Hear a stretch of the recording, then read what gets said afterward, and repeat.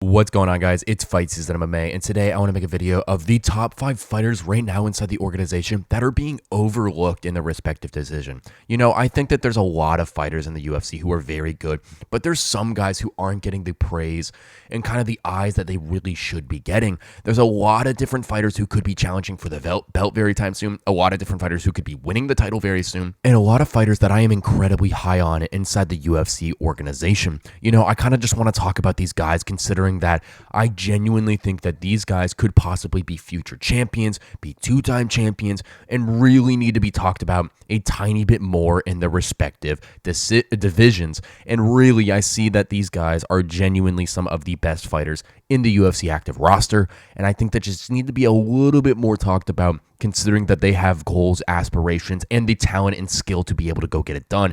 But before we jump into the video, please leave a like, comment, and subscribe. That is the best way to help the channel grow. And while you're down there, please turn on the post notifications just so you guys are always notified about UFC content releasing every single day. But without further ado, let's jump into the top 5 fighters that I believe are being overlooked right now inside the UFC.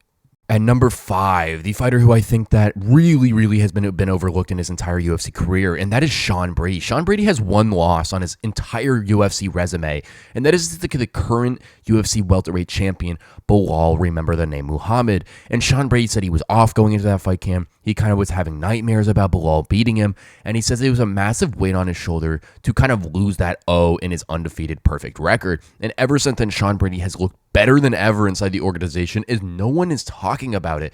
He fought Kelvin Gastelum at UFC Austin, I believe on December 2nd of last year, an incredible performance where he won bell to bell and ultimately got the Kimura finish. And he just fought Gilbert Burns in September in a very good fight. Now, Gilbert Burns looked a little bit washed in that one, but I could not tell if it was Gilbert who was having trouble reading Sean Brady on the feet, or Gilbert was just genuinely a little bit washed. But the biggest takeaway I have that fight is Sean Brady's one of the best best MMA grapplers within the organization to be able to compete with Burns like that. But also his striking game has developed so much to where he was beating and piecing apart Burns in many different situations on the feet. Sean Brady really needs to be talked about a lot more because you implement that level of grappling, someone who could take down any single person in that welterweight division, even Usman, even Belal, even Shavkat, even Leon, any of those guys, Sean Brady could take down and submit at any point. But also, if he's developing his striking game like he looked against Gilbert Burns, he's only going to be able to compete and get these takedowns and just piece up opponents at the highest level.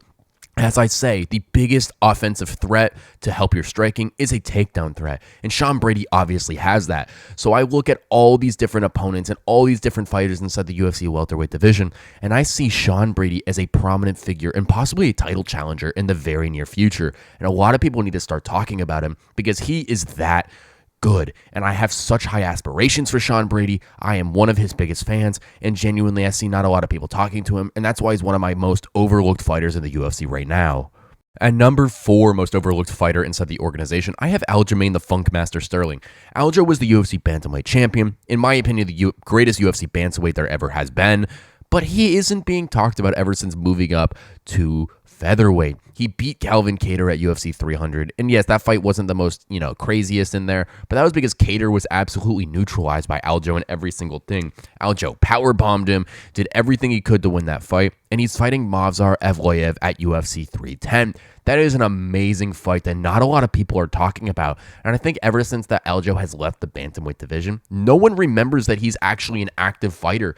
I think Aljo has an amazing style to beat the likes of possibly Volkanovski, possibly Diego Lopez, not Ilya, I don't think, because Ilya's on a different level. He could possibly beat Yair Rodriguez. He could hold his own in the striking department and jiu-jitsu with Brian Ortega. He's a very good fighter inside that UFC featherweight division. I think one of his hardest challenges is going to be fighting Movsar Evloev for the at UFC 310 because he is super well-rounded. He might not be the greatest striker, but he's a great Dagestani wrestler, and he is an undefeated fighter who has beat the likes of Diego Lopez and some others. But I look at Aljamain Sterling, and I really question why no one is talking about him. I really look at all of his skills that he's proven in the bantamweight division, and I think that a lot of people think he's too small for featherweight, which is actually crazy because he was way too big for bantamweight, and I think he's a perfect UFC featherweight, especially if he can add a little bit muscle onto that frame, which he was able to do at UFC 300. So I am a very high Aljamain Sterling fan. When you have that level of Brazilian Jiu-Jitsu, to and are nicknamed the human backpack for a reason. And yes, his striking game might not be that polished. He kind of throws his head in very weird places. But I do know that Sterling was the bantamweight champion for a reason. And guess what? He has a chance to become the UFC featherweight champion. He could submit Ilia Topuria. There's been crazier things that have happened inside the organization. And I think that everyone overlooking Aljo is going to be a rude awakening when he possibly beats Movzar, possibly goes in there and beats Diego Lopez or something like that, and then maybe challenges for the UFC featherweight title. Ultimately, Aljo's being overlooked, and I think it's incredibly disrespectful and someone that we need to be focusing on a little bit more considering their accolades. The next guy that is being incredibly overlooked inside the UFC lightweight division is Dan the Hangman Hooker. Dan Hooker is quietly on a 3-fight win streak.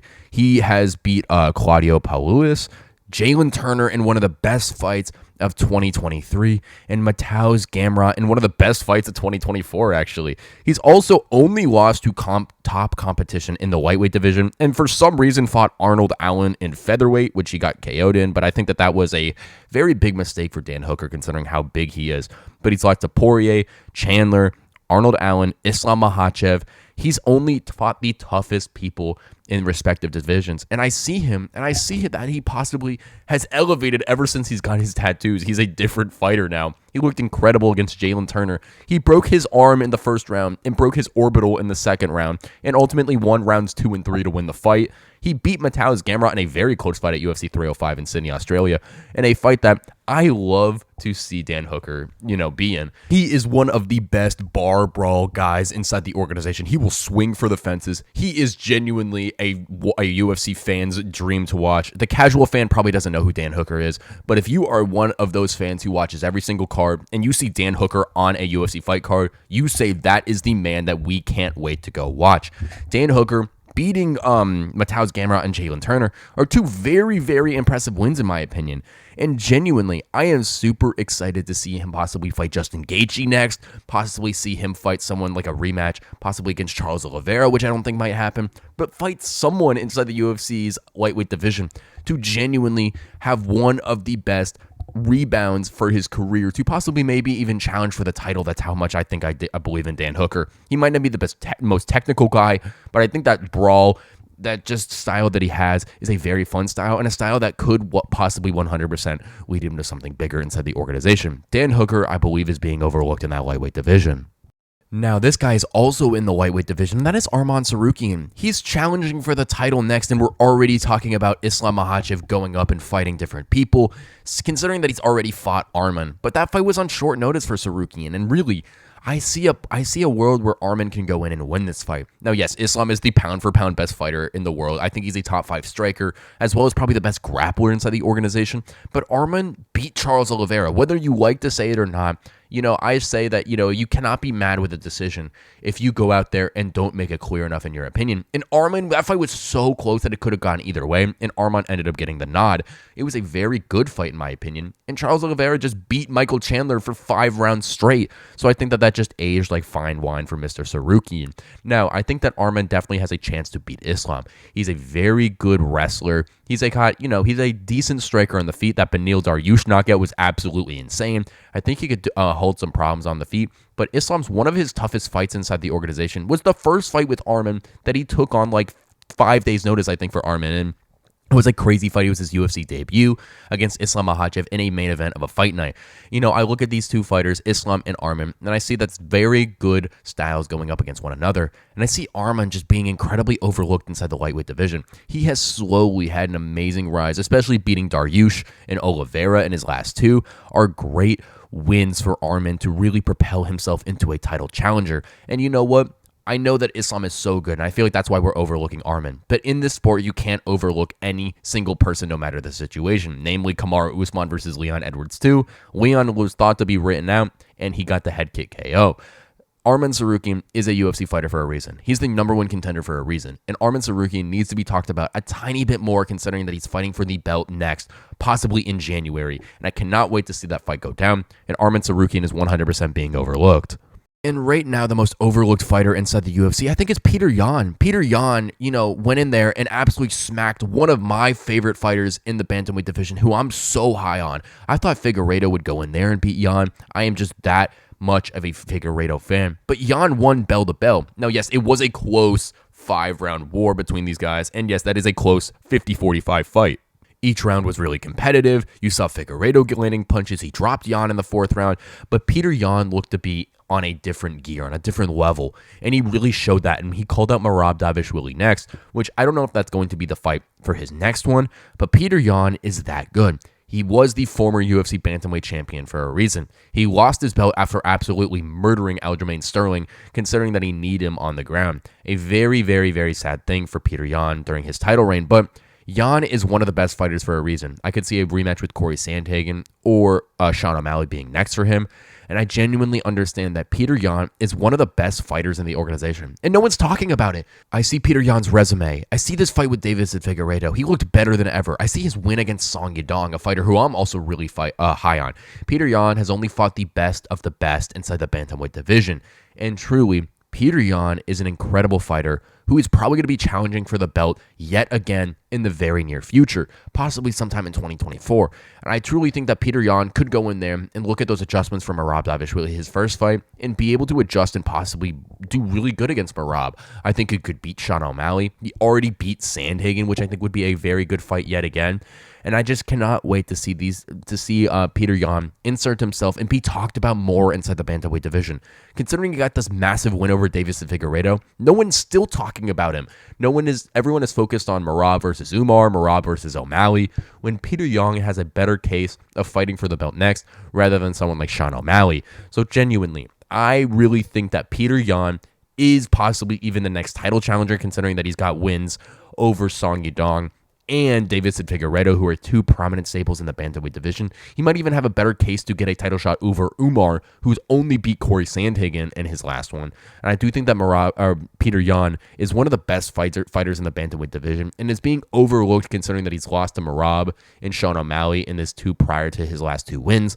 And I think that he is someone who could 100% go in there and become the bantamweight champion yet again. Thank you guys so much for watching this episode of Fights at MMA, and please let me know what you think down below in the comment section if you think these 5 fighters are really being overlooked inside the organization. Sean Brady is one of the best MMA grapplers probably the UFC has ever seen, honestly, and he went in there and beat Gilbert Burns on the feet, on the ground and on the feet, and Burns is a very good fighter in the welterweight division, but probably is considered the best MMA grappler the organization has ever seen. Aljamain Sterling, the human backpack, moved up to the featherweight division and isn't being talked about ever since that move. Dan Hooker has beat Jalen Turner and Mateusz Gamrot in his last 2 fights. An incredible fashion, in my opinion. He's went in there, brawled both guys, got the split decision win, and genuinely someone who could be fighting Justin Gaethje and might be 1 fight away from the UFC title. Arman Tsarukyan is fighting Islam Makhachev next, and him getting that fight 100% could lead him to being the UFC lightweight champion, and everyone is overlooking him for how perceived good Islam Makhachev really is. And Petr Yan, a very impressive win over Davis and Figueiredo, is someone who could possibly propel him into the UFC title picture. He could even skip Umar Nurmagomedov if Merab wants that fight. And genuinely, I think Petr Yan is one of the most skilled UFC bantamweights the organization has in it right now. Thank you guys so much for watching this episode of Fights at MMA. Please leave a like, comment, and subscribe if you guys enjoy the UFC content. And while you're down there, please turn on the post notifications just so you guys are always notified about UFC content releasing every single day. Thank you guys so much for watching, and I will catch you guys very soon with more UFC content and news.